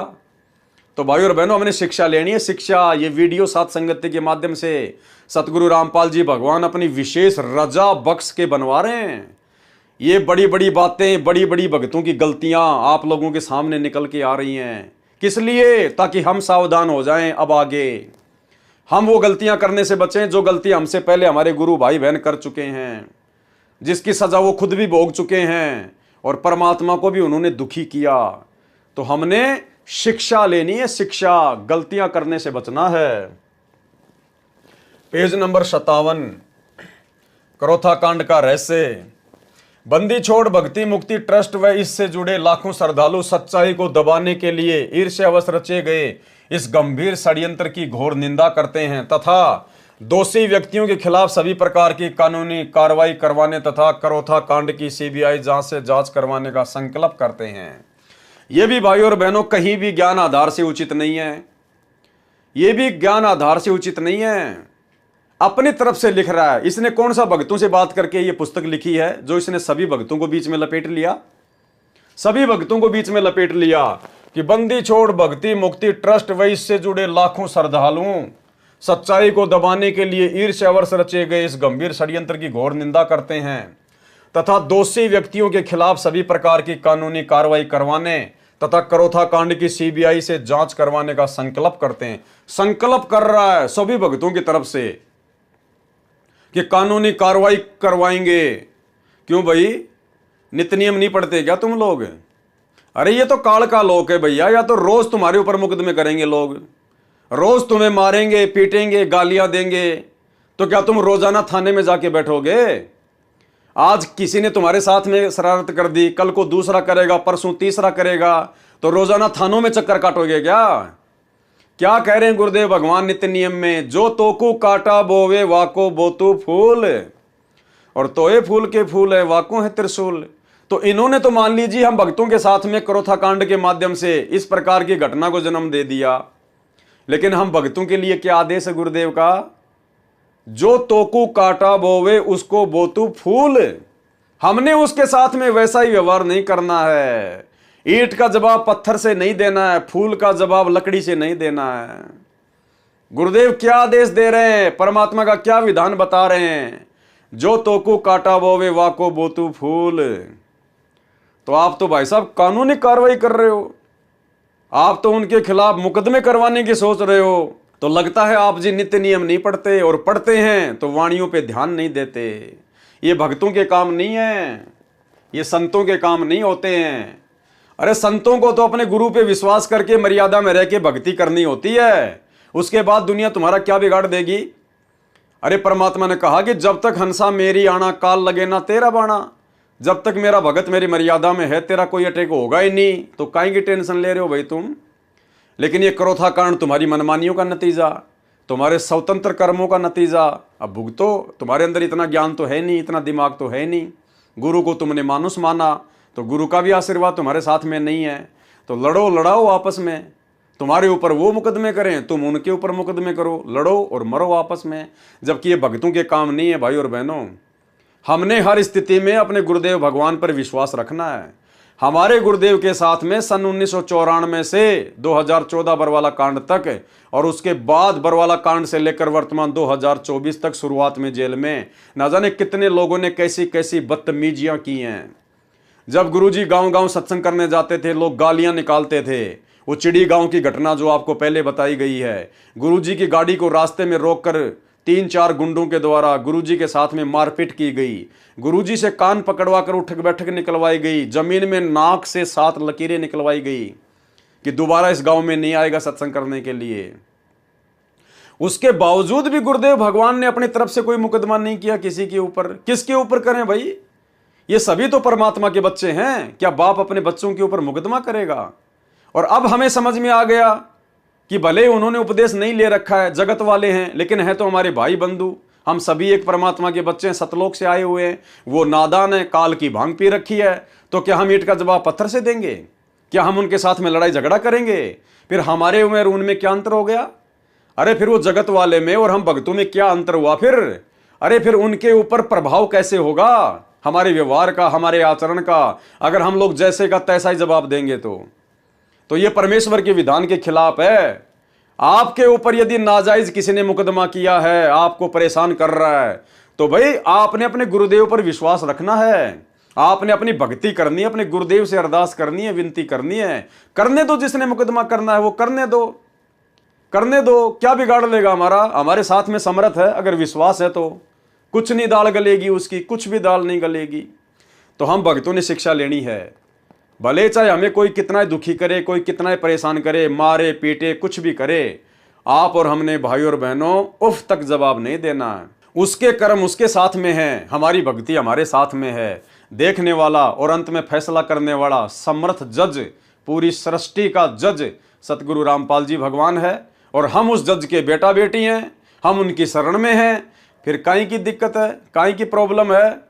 तो भाई और बहनों, हमने ये गलतियां नहीं करनी है भूल कर भी। अगर आपने ये गलती कर दी, उल्टा मुकदमा कर दिया कोर्ट कचहरी में, तो भाई और बहनों ध्यान रखना, उसी समय आपकी मर्यादा टूटेगी और आपका भक्ति में बिल्कुल भी मन नहीं लगेगा। फिर आप भी उसके साथ में कचहरियों में चक्कर काटते रहना, वकीलों को फीस के नाम पे पैसे देते रहना, लुटते रहना, अपना समय बर्बाद करते रहना। आपका मन फिर भक्ति में नहीं लगेगा, बिल्कुल भी नहीं लगेगा। क्योंकि पहली बात तो आपने ईंट का जवाब पत्थर से देकर, जिसने कांटा बोया उसको वापस कांटा बोकर आपने गुरुजी की वाणी तोड़ दी, मर्यादा तोड़ दी, तो गुरुजी का आशीर्वाद हट गया, नाम से हमारा कनेक्शन टूट गया। और फिर क्या है बाद में? फिर तो काल प्रेरणा है, फिर तो परेशानियां फिर भुगतते रहो। अंत में दुखी होकर भक्ति छोड़ दो कि गुरुजी कोई लाभ ही नहीं दे रहे। तो ये गलती भाई और बहनों, हम सत्सेवक भाई बहनों ने अपने जीवन में बिल्कुल भी नहीं करनी है। चाहे कोई हमारे ऊपर चाहे 50 मुकदमे करे, चाहे 100 मुकदमे करे, हमने बिल्कुल भी जवाब नहीं देना है। हमने अपने परमात्मा को प्रसन्न करना है, हर स्थिति में अपने गुरुजी के आगे रोना है, विनती करनी है। बाकी काम गुरुदेव भगवान का है। अभी हम बस इतना ही कह सकते हैं कि जितने भी आरोप संत रामपाल जी महाराज वे सतलोक आश्रम पर लगाए गए हैं, वे सब झूठे हैं। अभी हमारे सामने इतनी विषम परिस्थितियां उत्पन्न कर दी गई हैं कि पूरी सच्चाई को समाज के समक्ष प्रस्तुत करने में अभी समय लगेगा, लेकिन जल्दी ही उन्हें प्रमाण सहित समाज के सामने लाया जाएगा। क्योंकि 100 दिन बुराई के होते हैं तो एक दिन सच्चाई का भी होता है। इस सच्चाई को तो एक दिन सामने आना ही है। देखना यह कि आज का शिक्षित, विवेकी और सही गलत की समझ रखने वाला सभ्य समाज इसे कितनी जल्दी समझ पाता है। अरे कहाँ समझेगा भाई, जब तुम्हारे खुद के भगत भाई बहन बरवाला कांड की सच्चाई को नहीं समझ पा रहे, सात संगतियों के माध्यम से इतने अच्छे से वीडियो बना बना के गुरुजी के सत्संगों से प्रमाणित कर करके बताए जा रहे हैं, जब तुम्हारे खुद के भगत भाई बहन तुम्हारी सच्चाई नहीं समझ रहे, तो बताओ आम समाज कहां से समझ जाएगा बेचारा। संत रामपाल जी महाराज पर प्रशासन ने झूठे केस बनाए हैं, क्योंकि मिथ्या आरोप के आधार पर प्रशासन को संत जी को फंसाने का मुद्दा नहीं मिला। आश्रम की जमीन की रजिस्ट्री 420 का मुकदमा। वास्तविकता तो यह है कि जमीन वाले ने अपनी बहन के स्थान पर अपनी बुआ जी का अंगूठा व फोटो लगा दिया। कौन सी जमीन का मुकदमा भाई और बहनों? वही जमीन जब 2003 में संत रामपाल जी सत्संग करने के लिए महाराष्ट्र के पूना शहर में गए हुए थे महीने भर के लिए, और पीछे से स्वतंत्र कर्मों का नाजायज फायदा उठाते हुए, मनमानी करते हुए सतलोक आश्रम करोथा ने, गुरुदेव के भाई ने और अन्य विशेष सेवादारों ने एक भगत के आग्रह पर 1 एकड़ जमीन दान में ले ली, बिना गुरुजी की आज्ञा लिए, बिना गुरुजी से विचार विमर्श किए। जमीन दान देने वाला भी दोषी हुआ और जमीन लेने वाले सतलोक आश्रम क्रोथा वाले भी दोषी हुए। और भाई और बहनों, वो मनमाना आचरण था, स्वतंत्र कर्मों का दुरुपयोग था। और जब आप भक्ति मार्ग में मनमाना आचरण करोगे तो आगे चलकर क्या होगा, उसी जमीन के ऊपर मुकदमा हुआ और उसी मुकदमे के चलते आर्य समाज को क्रोथा आश्रम पर आक्रमण करने का मौका मिला। यानी क्रोथा कांड सतलोक आश्रम क्रोथा के मुख्य सेवादारों की मनमानियों का नतीजा, स्वतंत्र कर्मों का नतीजा। भाई और बहनों, अब देख लो ये स्वतंत्र कर्म कितने घातक हैं यदि इनका दुरुपयोग किया गया तो। आश्रम की जमीन की रजिस्ट्री का 420 का मुकदमा। वास्तविकता तो ये कि जमीन वाले ने अपनी बहन के स्थान पर अपनी बुआ जी का अंगूठा व फोटो लगा दिया। अगर तुम जमीन लेते ही नहीं तो भाई कैसे वो अपनी बहन की जगह अपनी बुआ का अंगूठा लगाता? अरे ना होता बांस और ना बनती बांसुरी, ना कोई धुन निकलती। अगर जमीन लेनी थी, दान में लेनी थी, तो इतनी जल्दबाजी क्यों की तुम लोगों ने? गुरुदेव भगवान को महाराष्ट्र से आने देते, उसके बाद गुरुदेव से आज्ञा लेते तो सारे काम सफल होते। लेकिन यह है मनमानियों का नतीजा। फिर गलतियां होंगी। तथा उनके नंबरदार ने शनाख्त कर दी तो जमीन प्राप्त करने वालों को क्या पता कि ये कौन है। संत रामपाल जी के न तो कहीं हस्ताक्षर हैं, अर्थात उस जमीन के ऊपर संत रामपाल जी भगवान के कहीं कोई हस्ताक्षर नहीं, क्योंकि ना तो उनकी आज्ञा से ली गई और ना ही उनके मुताबिक कोई काम हुआ, तथा न कहीं नाम है। फिर भी संत रामपाल जी पर 420 का मुकदमा बना दिया। अरे तुम्हारे स्वतंत्र कर्मों के कारण, तुम सतलोक आश्रम क्रोथा वाले भक्तों की गलतियों के कारण संत रामपाल जी के ऊपर मुकदमा लगा। नालायकों, जब तुमने वो जमीन ली बिना गुरु की आज्ञा के, बिना गुरु की सहमति के, तो क्या तुम्हें पता नहीं था कि वो जमीन नाम होगी किसके? वो सतलोक आश्रम क्रोथा के नाम होगी, वो ट्रस्ट के नाम होगी। अब सतलोक आश्रम क्रोथा का संचालक कौन है? सतगुरु रामपाल जी भगवान है। तो कल को बात बिगड़ेगी तो सतगुरु रामपाल जी भगवान पे तो बात आएगी नालायकों।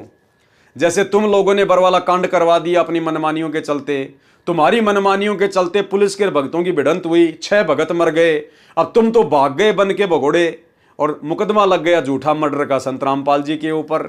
तो इस प्रकार ये भक्तों की मनमानियों का नतीजा था, जो आगे चलकर 420 का मुकदमा उसी जमीन को लेकर, जो जमीन संत रामपाल जी की आज्ञा के विरुद्ध इन भक्तों ने मनमानियां करते हुए ली थी, गुरु को मानुष मानकर, उस जमीन का मुकदमा भी संत रामपाल जी पर बना दिया गया। जमीन सन 1999 में बंदी छोड़ भक्ति मुक्ति ट्रस्ट को दान की गई थी, उसका इंतकाल भी हो चुका है।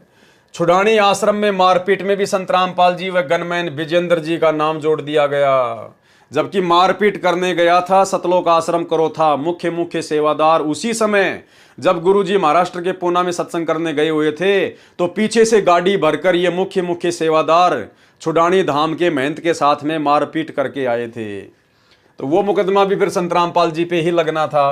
तो अपने ही भक्तों की नादानियों का खामियाजा संत रामपाल जी भगवान ने वर्षों तक भुगता है, वर्षों तक। तो भाइयों और बहनों, अब परमेश्वर ने हमें इस स्तर का ज्ञान दे दिया है, इतना ज्ञान दे दिया है कि भाइयों और बहनों, अब हमने साथ संगति से जुड़कर इन सभी भाई बहनों की गलतियों से शिक्षा लेते हुए, और हमारे गुरुदेव भगवान कितने दुखी और कितने परेशान अपने ही भक्तों की नादानियों से हो चुके हैं, आने वाले समय में कम से कम हम भगत भाई बहन इस प्रकार की गलतियां करने से बचें। हम सौपन में भी अपने भगवान को जरा सा भी दुख या परेशानियां देने की चेष्टा ना करें, अन्यथा बड़ी बनाई भक्ति का सत्यानाश हो जाएगा, ये जीवन बर्बाद हो जाएगा, जैसे इन तमाम भक्तों का जीवन बर्बाद हो चुका है। भले ही इनको लगता है कि गुरुजी हमसे नाराज नहीं है, हमारी भक्ति बिल्कुल सही चल रही है, हमारे तो ठाट बाट हो रहे हैं, भैया सब कुछ बिगड़ चुका है, सब कुछ। अरे जिन अपने ही भक्तों की नादानी के कारण उसके सतगुरु ने 21 महीने रोहतक जेल काटी हो, और वर्तमान में 2014 के बाद से 10 साल से हिसार की जेल काट रहे हों, भाई और बहनों, कैसे उस भगत की भक्ति बन सकती है? उसका तो सब कुछ बर्बाद हो चुका है, सब कुछ। केवल उसके पुण्य कर्म चल रहे हैं, उसके दान धर्म वाले वो शुभ कर्म चल रहे हैं, यानी केवल उसकी बैटरी चल रही है, उसकी भक्ति नहीं चल रही, उसके ऊपर गुरु का आशीर्वाद नहीं है। जिस दिन बैटरी डिस्चार्ज हो जाएगी उसी दिन सारी सुविधा बंद हो जाएगी। तो भाई और बहनों, अब हमने निकट भविष्य में इस भक्ति मार्ग में अपने पूज्य पिताजी, अपने गुरुदेव भगवान को, अपनी आत्मा के परमात्मा को जरा सी भी सौपन में भी किसी भी प्रकार की कोई तकलीफ या परेशानी देने की चेष्टा नहीं करनी है। सोचना भी नहीं है, देना तो बहुत दूर है। अगर हमने सोच भी लिया, हमारा सब कुछ बर्बाद हो जाएगा। इस भक्ति मार्ग में सब कुछ ऑटोमेटिक चलता है। जिन बातों से ये गुरु दुख पावे, उन बातों को दूर भगावे, उखाड़ के फेंक दो उन बातों को जिन बातों से हमारे गुरु जी को जरा भी तकलीफ हो। तो भाई और बहनों, ये सारी बातें आप जियों को समझ में आ चुकी है कि किस प्रकार से करोथा कांड हुआ, क्यों बरवाला कांड हुआ।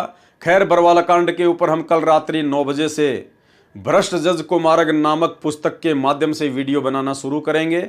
जिस प्रकार से आपको करोथा कांड की पूरी राम कहानी बताई है, आपके समझ में आ चुकी है। ठीक इसी प्रकार आपको बरवाला कांड की भी पूरी राम कहानी समझ में आ जाएगी कि बरवाला कांड 2014 में ना तो प्रशासन का कोई हाथ था, ना आर्य समाज का कोई हाथ था। यदि सबसे बड़ा हाथ था तो केवल सतगुरुदेव भगवान के कलयुगी परिवार का था, उनके भाई का था, आश्रम मैनेजमेंट का था, जिन्होंने गुरु को ना समझकर, गुरु के ज्ञान को ना समझकर, गुरु को मानुष मानकर अपने स्वतंत्र कर्मों का जमकर दुरुपयोग किया, मान बढ़ाई और अहंकार में आकर।